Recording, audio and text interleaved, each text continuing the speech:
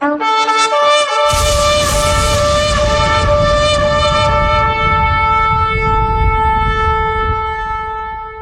there.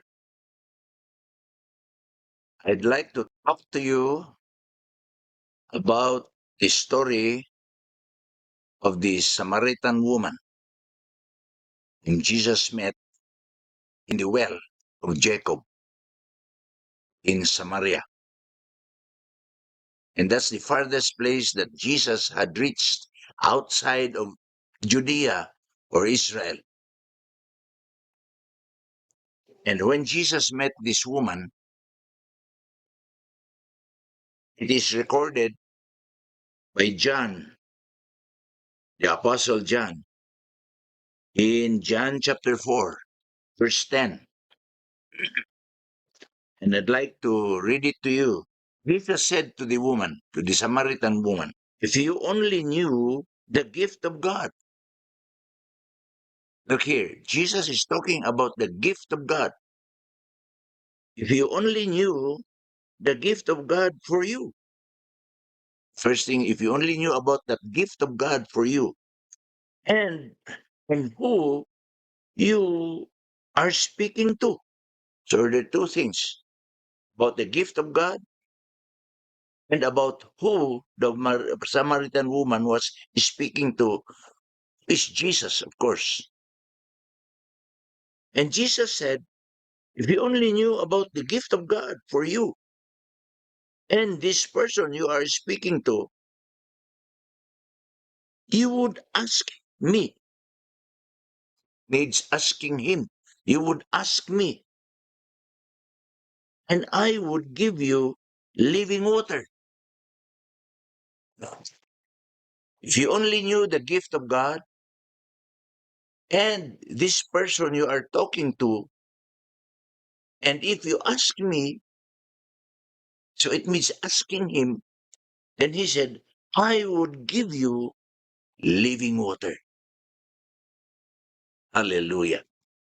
Now let's talk about this living water that Jesus would give if you only get to know him, because this gift of God is living water. Then they had the conversation, and then Jesus said to this woman, anyone, verse 13, anyone who drinks from this water will soon become thirsty from this water from the water of the well of Jacob. Anyone who would drink this water in this well will soon become thirsty. But those who drink the water I give, oh, the living water that I give, those who drink the water I give will never be thirsty again. It becomes when he drinks of this water that I give, he will never be thirsty again, but it will become, it becomes a fresh, bubbling spring within him, within them, giving them eternal life. So, what is the relation of this water that comes from the well of Jacob? They will become, those who drink it will become thirsty again. But those who drink the water I give, which Jesus gives, will never be thirsty again. And the result after drinking that water that comes from Jesus, it will become a fresh, bubbling spring of water within them. It will be bubbling within them and will give them eternal life.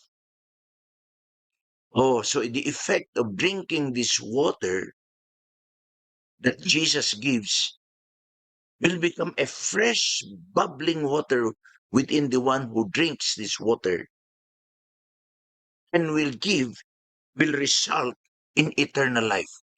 I want to emphasize this point that the effect of this fresh water that comes from Jesus will result in eternal life. So the relationship of this fresh, witty water coming from that Jesus gives is eternal life to those who drink it. And it will become bubbling fresh water from them. It becomes a fresh, bubbling spring.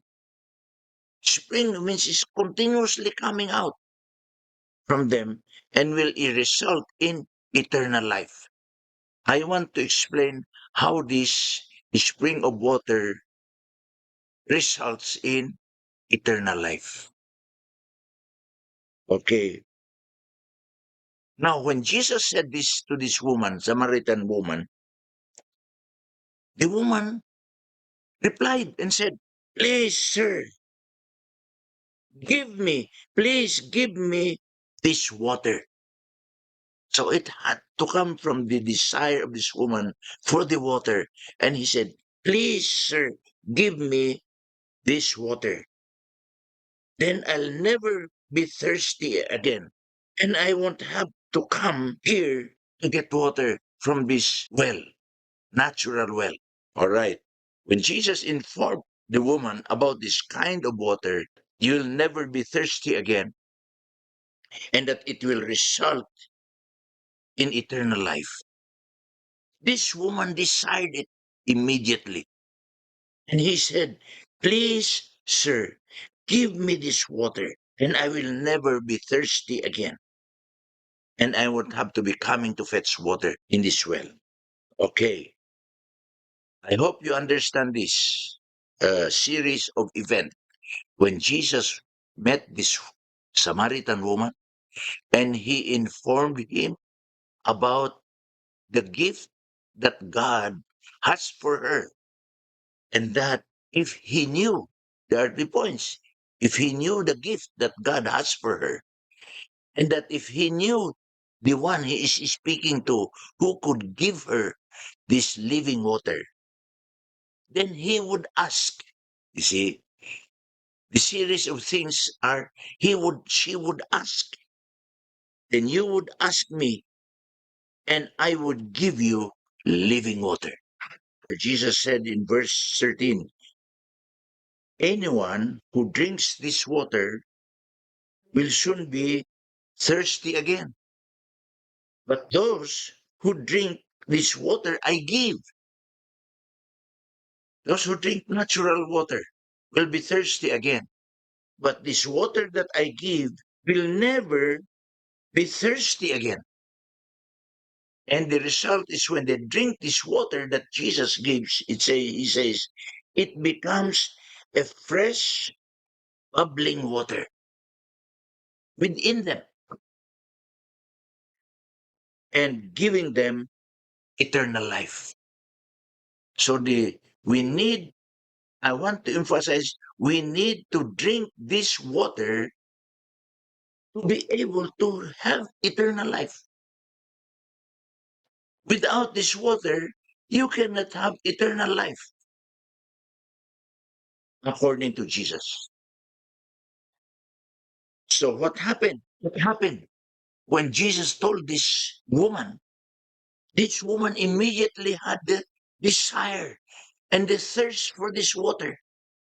And so he said, the result when Jesus informed him about this kind of water, this woman immediately had this desire for this water. And he pleaded, he said, "Please, sir."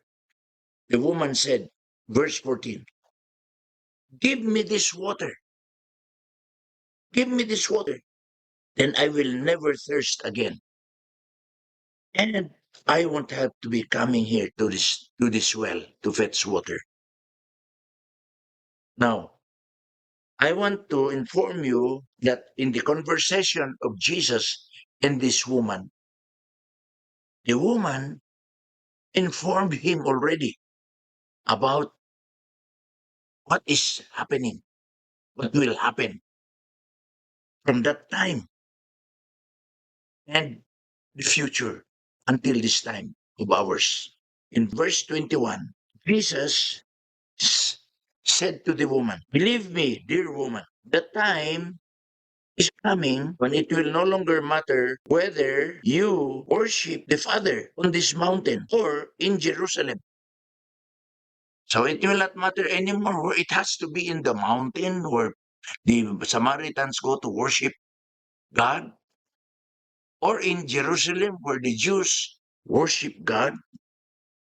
Jesus said to the woman, "Believe me, dear woman, the time is coming when it will not no longer matter whether you worship the Father on this mountain or in Jerusalem."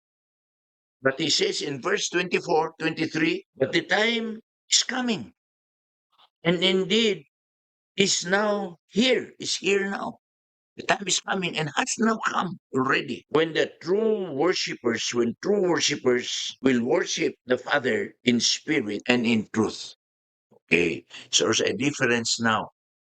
No longer according to what the Samaritans believe or what the Jews believe, that they have to worship in the mountain or the Father in Jerusalem. But Jesus said it is coming and has now come when the true worshippers, I'd like to emphasize this, if there are true worshippers, there are also false worshippers. Okay? And he said, when the true worshippers will worship the Father in spirit and in truth. So that is what matters now. It's not where you worship, whether in the mountain where the Samaritans worship or in Jerusalem where the Jews worship, but the true worshippers are those who worship God the Father in spirit and in truth. What does in spirit and in truth mean? I would like to emphasize this again. The residence of the spirit, the human spirit, is in the heart, and the residence of the soul is in the mind. So, the mind, the soul is in the mind, and the mind, according to science, is the commander of the whole body. It's the mind who commands every part of the body to do its function. The eyes to see, the hands to reach, the mouth to talk, the feet to walk. Everything, every part of the body is commanded by the mind. That is center in command of the body. But the center of the spirit of man is in the heart. And that is why the Bible says that God deposited the spirit in the heart of man so that it becomes the higher commander, the supreme commander. So without the spirit of God, the heart is the supreme commander of the human body. It commands the mind, and the mind, even whatever it believes, will have to yield to the command of the heart. Okay? This is something that many people do not seem to understand and they do not seem to know. But I'll give you an example. Even if the mind knows that it is wrong to do something, to steal, it's wrong to lie, it's wrong to murder, it's wrong to hate your brother. But when the spirit is commands the mind to do wrong, the mind cannot do anything. He has to obey. For example, the heart wants to steal. The heart wants to do adultery. The heart wants to hate the brother who did you wrong. Then the mind will yield. You see, the heart is a stronger commander than the mind. So when the devil comes and the devil sets himself in your heart, even if you know that it is wrong to steal, it is wrong to kill, it's wrong to lie, you will do it anyway because the heart is supreme commander. And that's the devil. When the devil comes to the heart, he is the supreme commander. He commands you. He is the one who binds you. He's the one you are captive to the devil. And you will do what the devil wants anyway. So that's the difference between the heart and the mind. Now, it says that Jesus said, those who truly worship the Father will worship not from the mind, but will worship from the heart, from the Spirit, who worship Him in spirit and in truth. There are two things: worshiping the Father in spirit and worshiping the Father in truth. What is truth? Really, reality, truly, truly worshiping, not just by mind, not only pretending through the mind to be worshiping, but worshiping in truth. We call it uh, truly worshiping in truth. Is it truly worshiping? Not just pretending, not just worshiping by memory or by through the mind, but from the heart. It's together. Those who worship from the heart in spirit and in truth means truly worshiping. In Ilocano, paypayso, paypayswen. In Tagalog, yung tunay. Truth is tunay. Katunayan is talagang tunay nagsasamba. In Ilocano, agpaypayso nga panagdayaw. Ha? In Igorot, tet ewa. Ha? Tet ewa. Ay panagdayaw. Alright.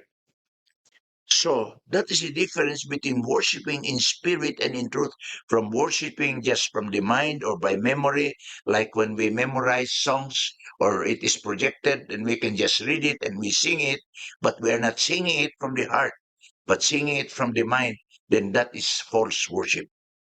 Singing it from the heart and truly from the heart in spirit and in truth, then that is the worship that Jesus is talking about here. And he says the Father is looking for those who will who worship him this way or in spirit and in truth. For they are the kind of worshippers the Father, God seeks. They are the one he longs for. They are the one he is looking for. He's desiring. He's not desiring false worshippers who worship him only in the mind and by memory and by singing from hymn books. He wants people to worship him from the heart and in reality, in truthfully. Okay? And he says, for God is spirit, capital S, Holy Spirit. God is Holy Spirit. So those who worship him, I want you to take must. It is a must. It is compulsory that must worship him in spirit, in small s, in heart, and in truth. Okay. So there is a difference between worshiping God falsely, which is what is in the mind, or just singing it as it is projected, or singing it as it is read in the hymnals, and worshiping in spirit, capital S, which is from the heart, and truly in truth means truly worshiping. Okay. Now, so when Jesus explained to the woman, and let us imagine that the woman is like us. We are Samaritans. We are uh, uh,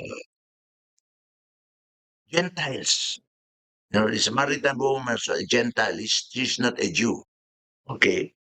And when Jesus explained this to him,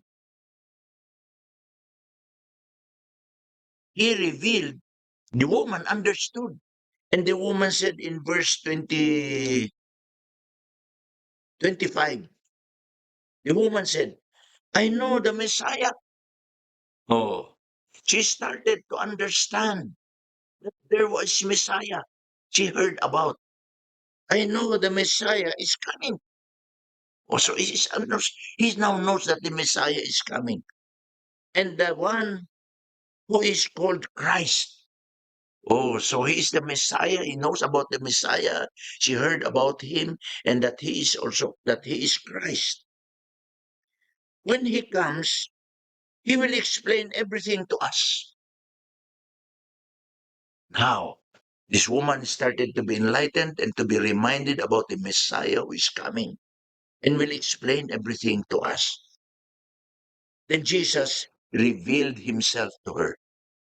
And he said, Jesus told her, I am the Messiah. See, it is only when we hear the news, we are informed about the Messiah. And it is only when we know about this living water, uh, about worship.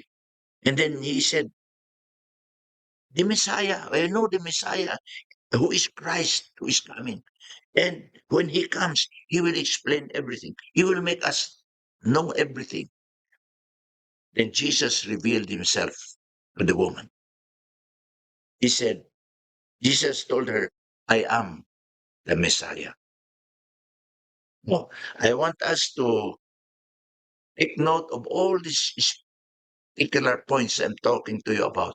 Then Jesus revealed himself to the woman. In other words, the woman, because he said, please give me this water so that I will drink and I will not be thirsty again. And I will not be coming here to fetch water again in this well. So Jesus actually started already. She started because of her thirst and her desire. Please give me. Jesus started to give her this water and he made her understand about this kind of worship. And that are the kind of worshipers that the Father is looking for. They are the kind of worshipers that the Father desires. Isuda, iliwan ni Apo Diyos. Okay. And then he started to reveal himself to this woman and said, I am the Messiah. So what happened? When Jesus revealed himself to this woman and she drank of this water that Jesus is talking about, I'd like us to take note of the next verse I'd like to emphasize. In verse 28, the woman forgot about the water that she fetched in that well. And it says the woman left the water jar. The water jar. She left the water jar. And what was the effect of the woman? He left the water jar beside the well and ran. What was her reaction? What was the result of drinking that water and knowing Jesus Christ, the Messiah, who revealed himself to her? The woman ran back to the village. She ran back to the village, telling everyone. And he was saying, come and see a man who told me everything I ever did. I mean, see this man that I met in the well and who told me everything I was about in my past life. Because Jesus said, you had 5 husbands. See? And so the woman said, you must be a prophet. And she started to run to the village and tell everyone. And she said, could he be the Messiah? Could he be the Messiah? And so what happened when she informed the people in the village? I want you to take note of this. Verse 30. So the people came streaming. Streaming is they became like a stream of water, running also. And they came streaming from the village to see him. They all came to Jesus to see Jesus. Hallelujah. I would like to emphasize here that this woman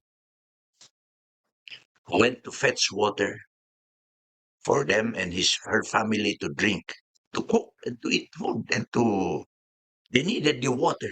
Everybody needs water. But she met Jesus in the well,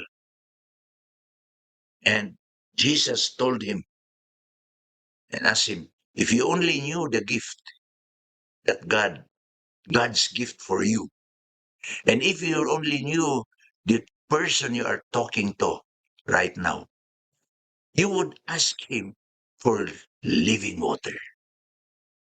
Eh?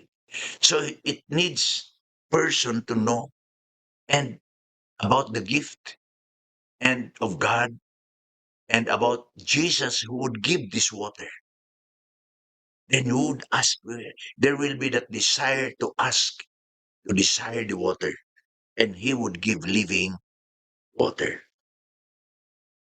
And when Jesus told about the water, that whoever drinks the water that he gives will never thirst, and it will result in eternal life.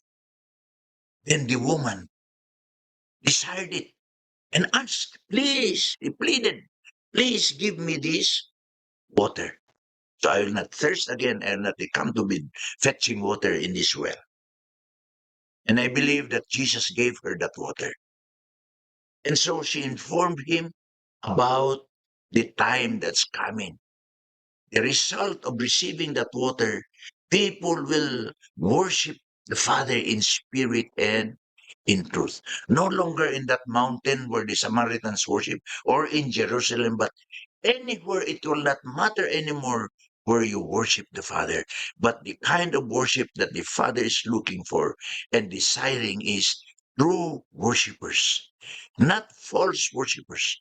And the true worshipers he described is those who worship in spirit, in the heart. And in truth means truly, really, reality, really worshiping truly and not only pretending from the mind. So there is a difference between false worshippers and true worshippers. And the true worshippers are those who worship in spirit, in the heart, and in truth. Okay. So what happened? Jesus revealed himself. There was a woman. He said, I am the Messiah. And what happened? The result of revealing himself, Jesus revealing himself to the woman,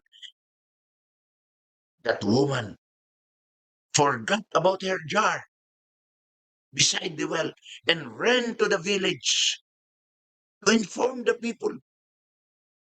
He told everyone about Jesus whom he met beside the well and who told him everything about she ever was in her life.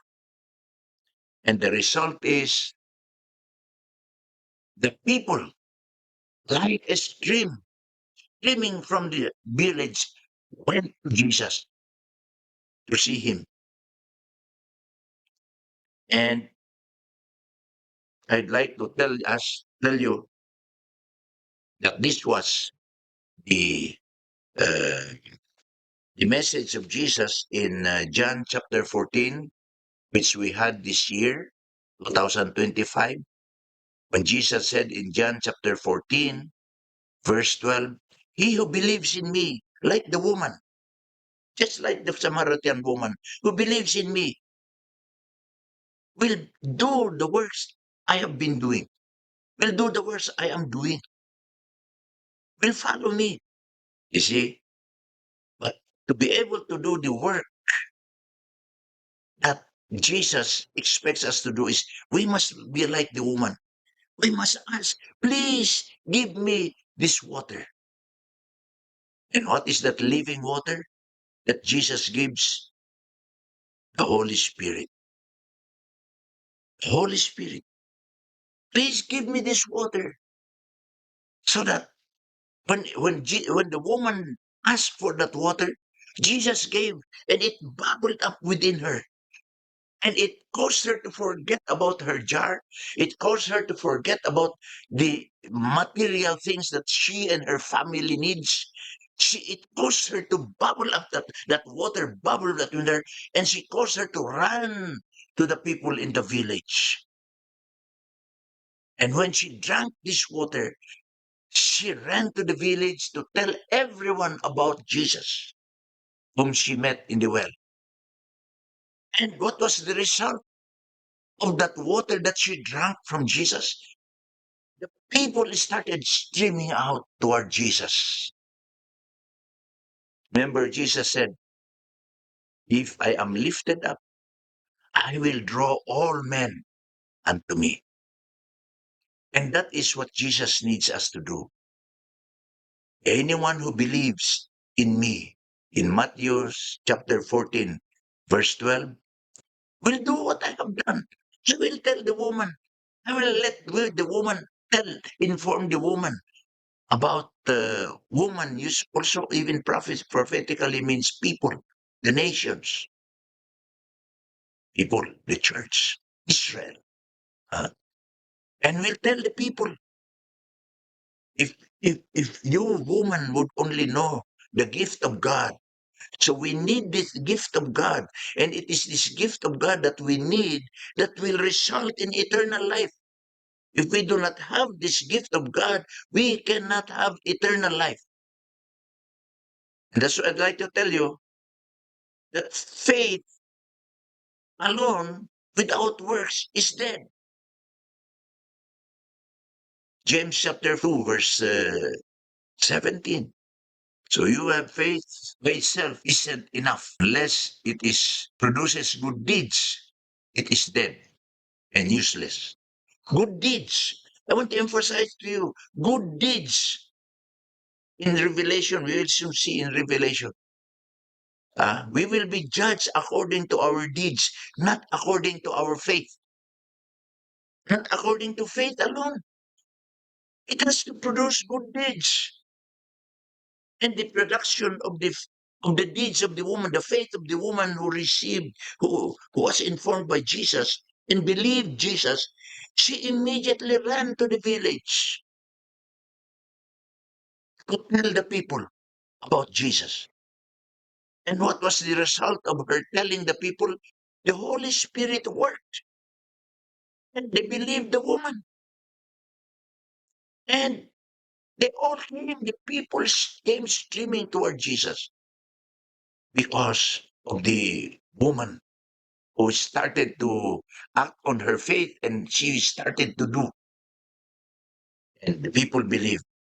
Now, I'd like us to go to this water of life that Jesus talked about to the Samaritan woman is the same water of life that will be springing up in heaven and on in the new earth, and all the people who believe and who receive this water.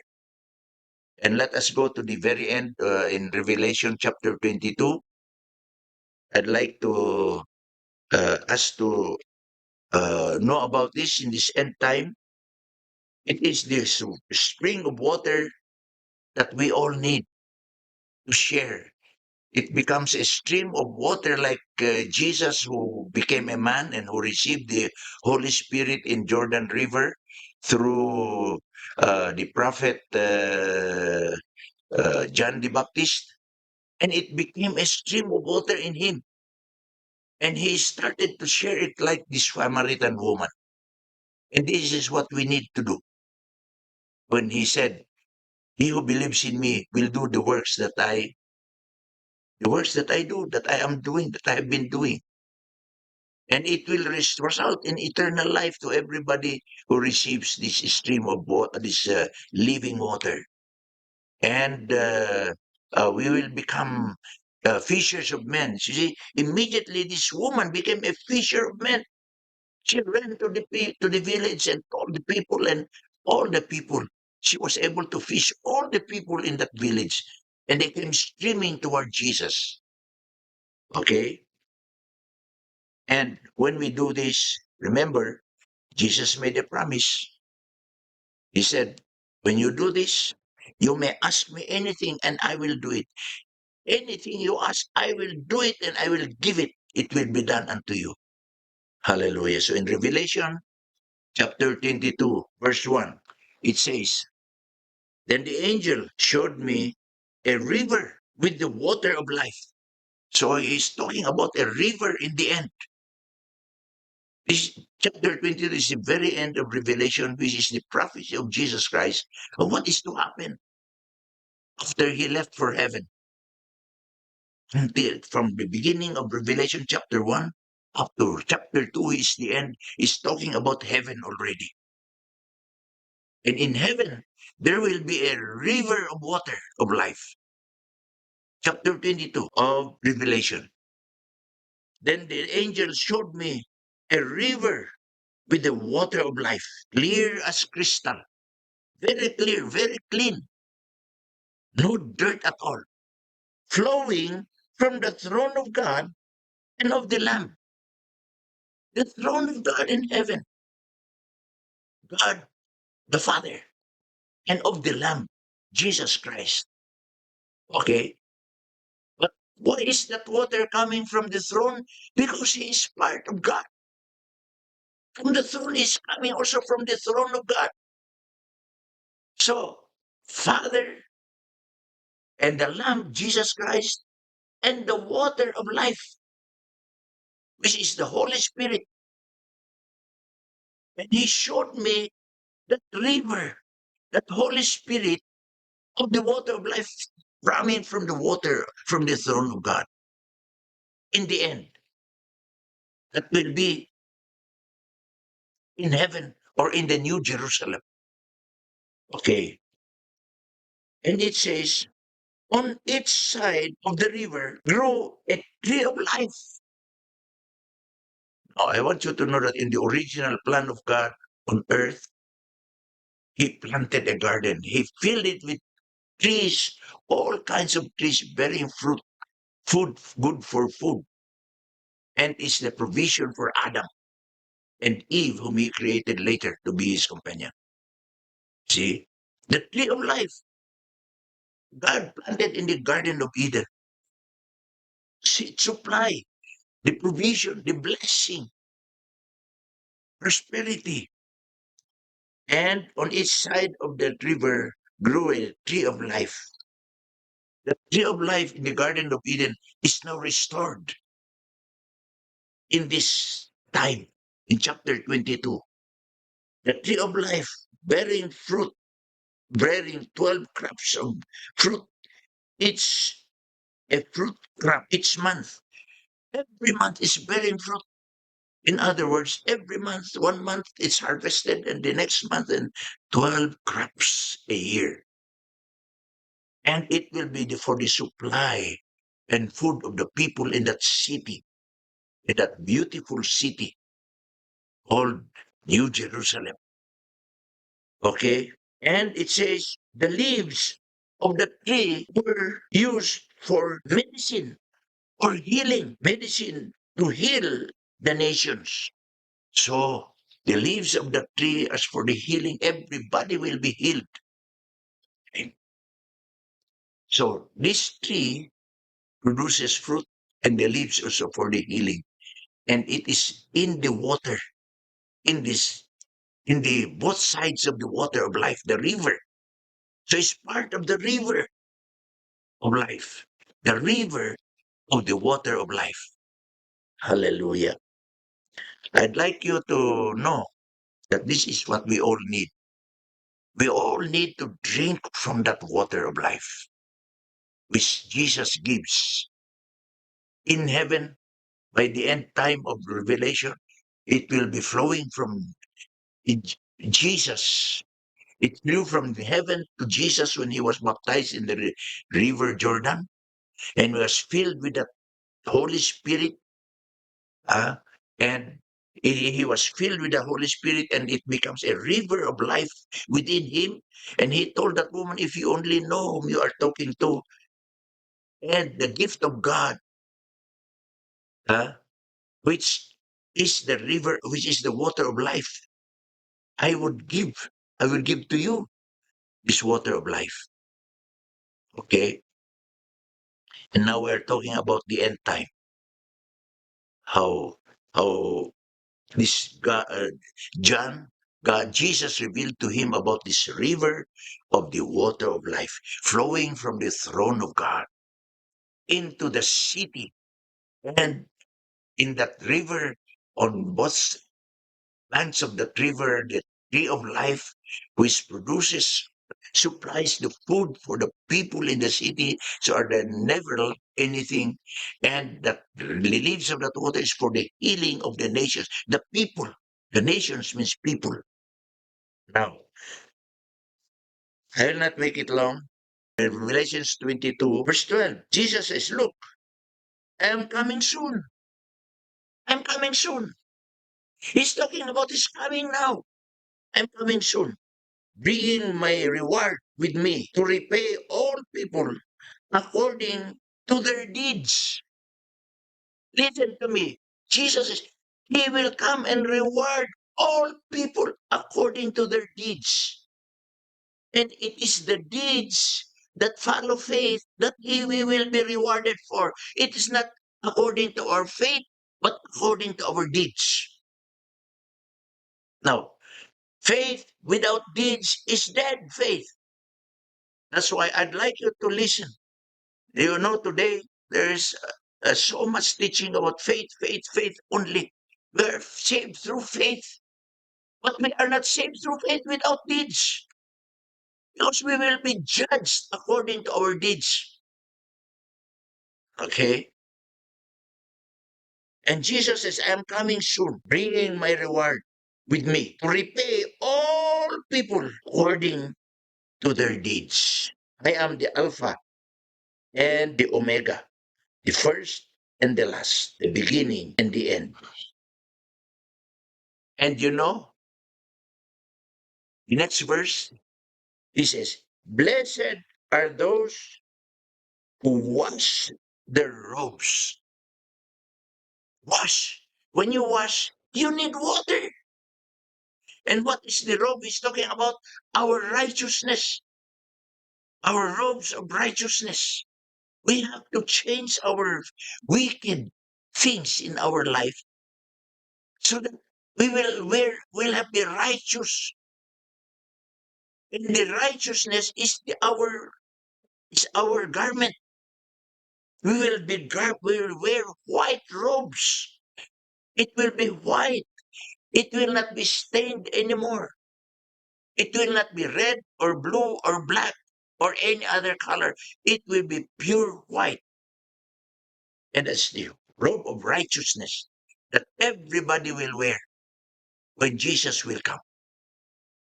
And we need to wash our deeds. We become righteous. And what do you need to wash? You need water. You do not only drink the water, but you need water to wash. And that is why you'll find out that only those who are filled with the Holy Spirit are truly born again. Born again means changed, nabalbaliwan, ah, nababago. See? Because it's the Holy Spirit, the Spirit of God, the power of God that will change your life, and you'll become truly born again, truly washed with the robes. And so Jesus says, "Blessed are those who are washed with water, the living water, the powerful water, the Holy Spirit. Blessed are those who wash their robes. They will be permitted to enter through the gates of the city." Permitted to enter through the gates of the city. You cannot enter the gates of the city without permit. And the permit is you must be washed with robes and eat from the true tree of life. That's why you cannot eat from the fruit of the tree of life without washing robes, without being changed, being transformed by the Holy Spirit, by the water that will wash. your robes. Okay? And then outside the city are the dogs, the sorcerers, the sexually immoral, the murderers, the idol worshippers, idolatry, and all who love to live a lie.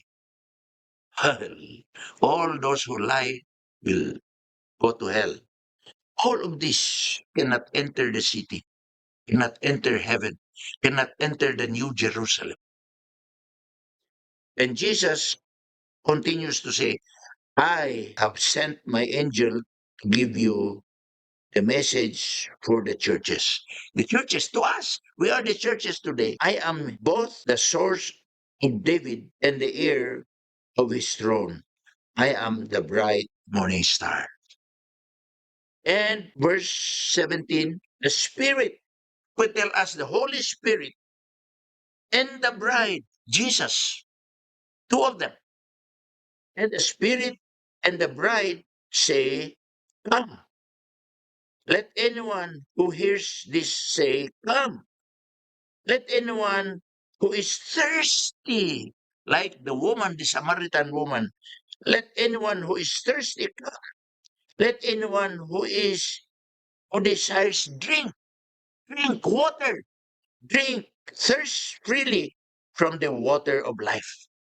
So this is very, very important. The water of life is the very, very basic need that Jesus gives to give us eternal life and to change and transform us, to wash our robes. See, and Jesus continues to say in verse 18, and I solemnly declare to everyone who hears the words of prophecy written in this book. Here. All right. This is very important. We need to receive the water of life that Jesus spoke about to the Samaritan woman. We need to receive it just like that woman. We must ask. We must know Jesus who is able to give us this water.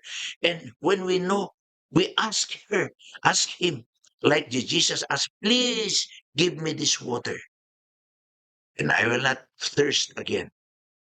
And when she received this water from Jesus, what was the result of this water? She ran. She forgot all about her jar, about the water in that well, and about the need of her family, about herself. She ran to the city, to the village. Village means people, and told everyone about Jesus. And what was the result of that water that she drank from Jesus? People stream toward Jesus. And this is what Jesus is asking us today. If you believe in me, do the works I have done and I'm doing.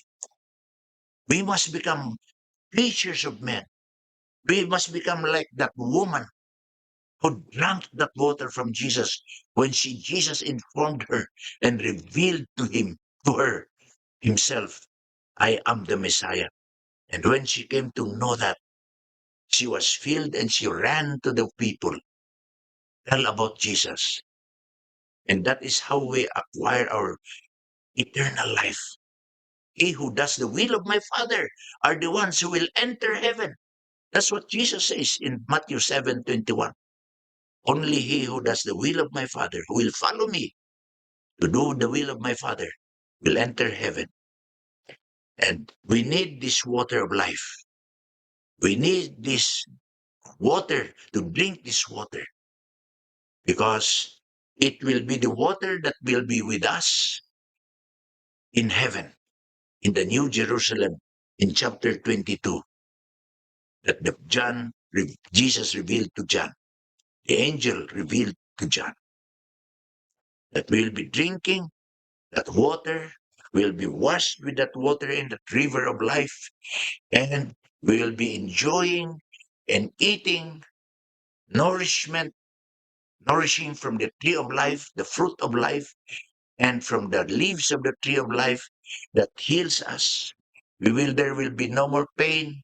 There will be no more sickness. There will be no more demons that will torment us. Everything, the water of life will be flowing to the city of God, the New Jerusalem. This is all that I can share to you. This is our revelation of God to the churches, to us. And we need to understand this revelation.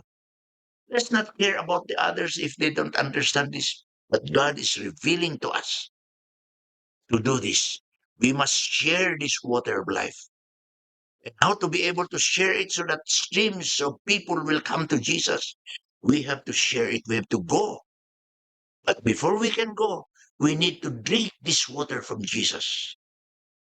And we need to be filled with this water so that it will bubble up with us and we'll forget everything in this world but go and do the will of the Father like Jesus. And that is eternal life. I want to emphasize that we need this water of life to have eternal life. And this is from Jesus. May God bless you. I expect your response. Everyone who believes in Jesus to desire this water and to drink this water and to wash our robes with this water so that we will be worthy of the tree of life and the healing that is made for us, all the nations, so that we'll be made righteous and truly righteous to enter the kingdom of heaven. God bless you all. God bless you.